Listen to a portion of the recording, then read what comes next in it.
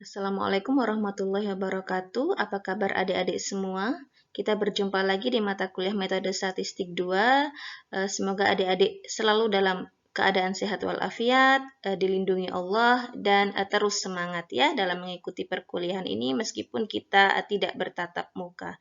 Baik, untuk mengawali pertemuan 9, kita akan membahas mengenai analisis korelasi. Nah, sebelum kita masuk lebih lanjut, kita pahami dulu ya, ini sebagai pengantar analisis korelasi. Yang pertama adalah metode analisis terhadap data, tidak hanya yang terdiri dari satu karakteristik saja. Banyak persoalan atau fenomena yang meliputi lebih dari sebuah variabel. Berat orang dewasa sampai taraf tertentu bergantung pada tinggi badannya. Keterampilan melempar ke target bergantung pada koordinasi mata dan tangan. Hasil produksi padi bergantung pada jumlah pupuk dan beberapa variabel-variabel yang lain. Nah, dirasa perlu mempelajari analisis data yang terdiri dari banyak variabel dan bagaimana mereka berhubungan atau berkorelasi. Analisis korelasi merupakan studi yang membahas tentang derajat atau seberapa kuat hubungan antara dua variabel atau lebih. Ukuran derajat hubungan tersebut disebut dengan koefisien korelasi. Koefisien korelasi merupakan angka yang menunjukkan arah dan kuat antara dua variabel atau lebih. Baik, kita akan bahas satu persatu mengenai arah dan kuat hubungan. Arah hubungan itu ada dua, ada positif dan juga negatif. Arah hubungan positif ketika salah satu variabel dinaikkan, maka variabel yang lain ikut naik, atau sebaliknya ketika salah satu variabel nilainya diturunkan, maka variabel yang lain juga akan turun. Sebagai contoh, motivasi dan prestasi. Ketika variabel motivasi naik atau meningkat, maka variabel prestasi juga akan meningkat. Begitu sebaliknya, ketika motivasi belajar turun, maka prestasi belajar juga akan turun. Nah, sedangkan arah hubungan negatif itu ketika salah satu variabel ditingkatkan, maka variabel yang lain nilainya justru akan turun. Begitu juga sebaliknya ketika nilai variabel diturunkan, salah satu variabel diturunkan, maka variabel yang lain akan meningkat. Sebagai contoh adalah ketika sekarang musim penghujan begitu ya, curah hujan naik, maka penjualan es akan menurun. Nah, ini yang disebut dengan arah hubungan negatif. Itu adalah salah satu contoh saja. Nah, kemudian bagaimana dengan kuat hubungan? Kuat hubungan dinyatakan dalam bentuk angka antara 0 sampai dengan 1. Nanti kita akan bahas di slide berikutnya mengenai interpretasinya. Jadi ketika angka 0 itu menunjukkan tidak ada hubungan ya, karena nilainya 0. Nah, ketika menunjukkan angka 1, maka hubungan variabel-variabel tersebut menunjukkan hubungan yang sempurna, baik hubungan positif maupun hubungan yang negatif. Jadi kalau misalkan angkanya 1 itu hubungan positif atau korelasi positif sempurna, sedangkan ketika nilainya negatif 1 maka menunjukkan korelasi negatif yang sempurna. Nah, semakin kecil koefisien korelasi, maka akan semakin besar kesalahan untuk membuat prediksi. Nah, korelasi dan nanti akan kita bahas juga mengenai regresi ya, materinya setelah UTS ini itu saling berhubungan ya, di mana korelasi adalah mencari hubungan, sedangkan regresi digunakan untuk memprediksi atau memperkirakan. Jadi sebelum kita masuk ke regresi, variabel-variabel tersebut harus berkorelasi yang kuat.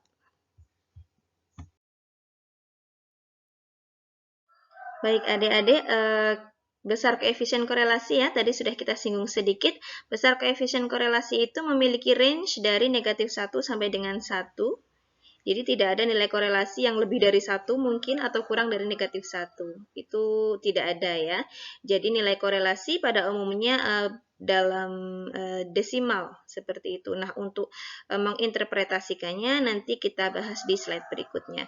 Nah, di samping itu ada gambar adik-adik ya. Jadi ada penyebaran titik antar dua variabel. Nah, ketika kita melakukan analisis korelasi digambarkan seperti itu biasanya menggunakan SPSS ya adik-adik, nanti akan keluar gambarnya.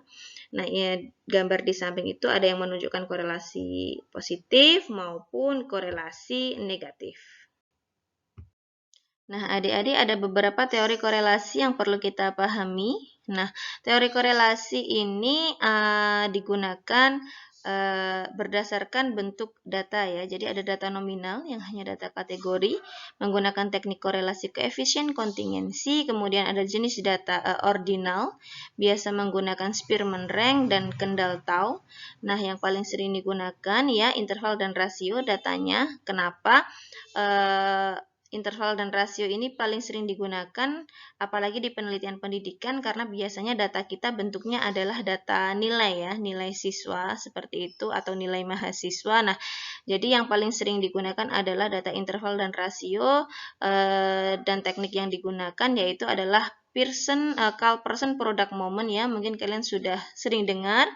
Ada korelasi ganda dan korelasi parsial. Nah, ada korelasi Carl-Pearson product moment itu yang paling sering digunakan RxY ya. Nanti ada korelasi sederhana di mana ada satu variabel bebas dan satu variabel terikat. Kemudian ada korelasi ganda di mana variabel bebasnya lebih dari satu. Kemudian ada korelasi parsial.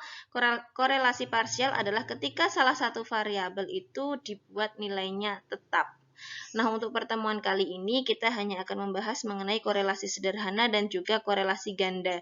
Untuk korelasi parsial akan kita bicarakan lebih lanjut di pertemuan berikutnya.